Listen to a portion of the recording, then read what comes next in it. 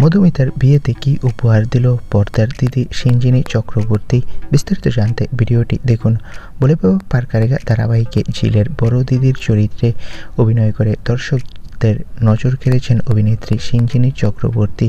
পর্দায় যেমন মধুমিতা সরকারের সঙ্গে তার সম্পর্ক গুরুত্বপূর্ণ, বাস্তব জীবনে তেমনি বিশেষ মুহূর্তে পাশে থাকতে বলেননি সিঞ্জিনী। সম্প্রতি ছোটবেলার বন্ধু দেবমাল্যর সঙ্গে বিবাহ বন্ধনে আবদ্ধ হয়েছেন মধুমিতা সরকার। এই আনন্দঘন অনুষ্ঠানে উপস্থিত ছিলেন তার সহ অভিনেত্রী ও পর্দার দিদি সিঞ্জিনী চক্রবর্তী। বিয়ের দিনে মধুমিতাকে শুভেচ্ছা জানাতে তিনি নিয়ে এসেছিলেন একটি দামি শাড়ি। জানা গেছে উপহার হিসেবে দেওয়া সেই শাড়িটি ছিল বিশেষভাবে নির্বাচিত।